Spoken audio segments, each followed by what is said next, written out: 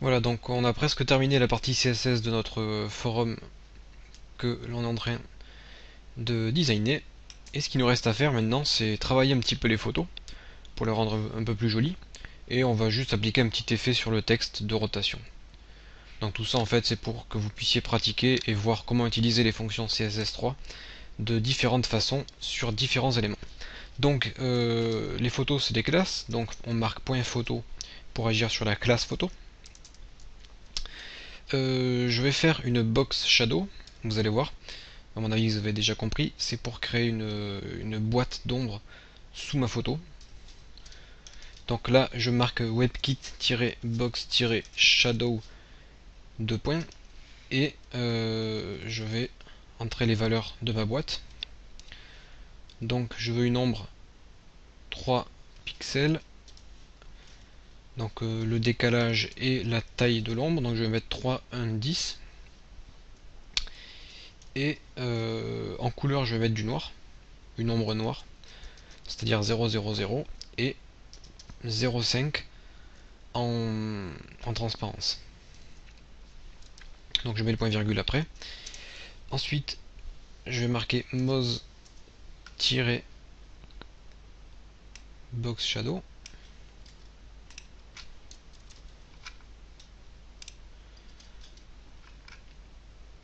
Et je vais marquer box shadow tout seul. J'indente bien mon code, toujours pareil. Donc là on a notre ombre.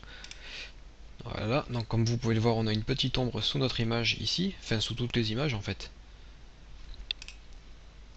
Alors cette ombre sera compatible avec tous les navigateurs sauf Explorer. Encore une fois il me semble que ce n'est pas pris encore en compte par Explorer. Je vais mettre un border radius comme on l'a déjà vu, sauf que je vais l'utiliser d'une façon différente pour vous montrer qu'on n'est pas obligé de faire toujours la même chose.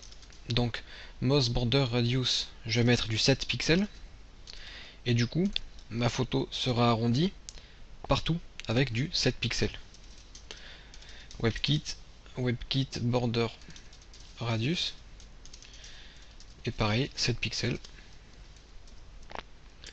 Ensuite border radius tout seul, 7 pixels, point virgule. Donc là, si j'enregistre, regardez bien mes photos, je vais actualiser la page et là, elles sont arrondies. Donc c'est déjà beaucoup plus joli maintenant. Alors, on avait déjà vu ça. Et ce que je vais faire maintenant, c'est une transition. Et ce coup-ci, ça sera sur les marges. Margin left, donc la marge de gauche. Je veux que la transition se fasse en 0,5 secondes. Je la mets en ease pour que ce soit rapide au début et lent à la fin, c'est-à-dire que le décalage sera rapide et puis après il sera freiné une fois qu'il arrivera à son terme. Ensuite point .o, point .moz, -webkit. Voilà, donc là je recopie cette fonction.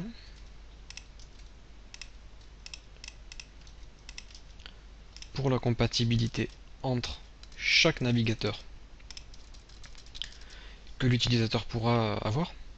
Et bien sûr, si je fais quelque chose sur le margin left, il faut que je déclare ce margin left dans ma classe photo. Et ce que je fais, c'est que je vais faire un photo over. Déjà, je vais agir sur le border et je vais mettre un border de 2 pixels, solide et blanc. Et puis bien sûr la margin left, puisque j'applique un effet sur la margin left, je vais la mettre en moins 7 px.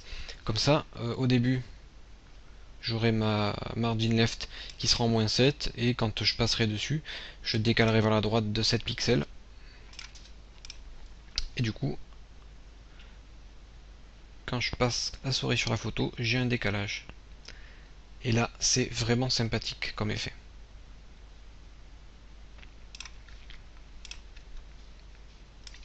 Après, dernière petite chose pour la pratique, je vais agir sur les messages lorsqu'on va les survoler, donc le hover j'utilise, et je vais appliquer une transition.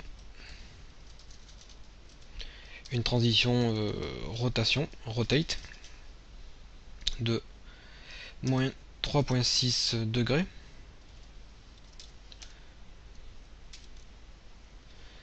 Donc là, ok.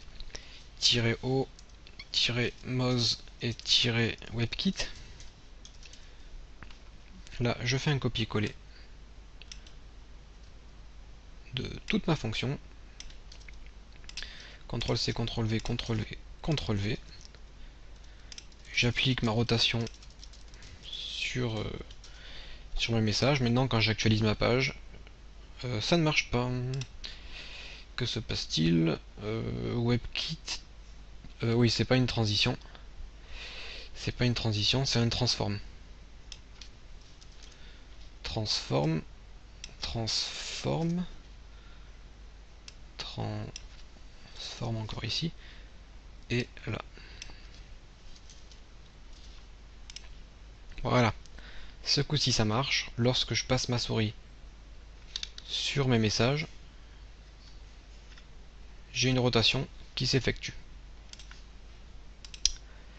Donc voilà, on a vu une bonne partie du CSS3, donc des nouveautés qui sont arrivées, qui vous permettent de faire tous ces effets splendides qui nous ont permis de passer à quelque chose de tout blanc, pas très beau, à quelque chose comme ça avec des effets magnifiques. Tous ces effets de transition, de rotation, de décalage, etc. Donc ce que je vais faire, c'est que je vais vous montrer la différence entre sans le CSS et avec le CSS. On voit que c'est pas du tout la même chose. Et c'est à ça que ça sert le design web, ça sert à rendre un site attractif et c'est ça qui va faire que les visiteurs vont rester sur votre site ou pas. Si vous leur proposez une interface simple, jolie et originale, à ce moment-là, les utilisateurs auront envie de revenir et de voir plus en détail ce que vous proposez sur votre site web. Voilà, donc là maintenant j'ai terminé avec cette partie-là. Bien sûr, il faut que vous vous entraîniez, c'est par la pratique que ça va rentrer. Donc toutes les fonctions qu'on les a vues, entraînez-vous, allez les réutiliser sur d'autres sites, sur d'autres pages web. Tous les sites web que vous avez pu faire auparavant, vous pouvez les designer en utilisant toutes ces fonctions CSS3, en ajoutant les ombres, les lumières, les décalages, etc. Et tous ces effets, surtout les effets de transition qui sont bien. Et comme ça après, vous maîtriserez bien le CSS3. Voilà, donc là j'en ai fini avec cette partie-là. Sur internet vous pouvez avoir des informations sur le HTML5 CSS3 si vous voulez avoir plus de fonctions ou voir ce que vous pouvez faire si on n'a pas tout vu ici. Et maintenant ce que je vous propose, je vais vous montrer quelque chose de complètement différent. Dans la prochaine vidéo on va faire un design, un template en fait, une page web sur Photoshop, puisque c'est une technique qui est beaucoup utilisée. Beaucoup de personnes créent leur page web sur Photoshop pour ensuite les utiliser sur internet.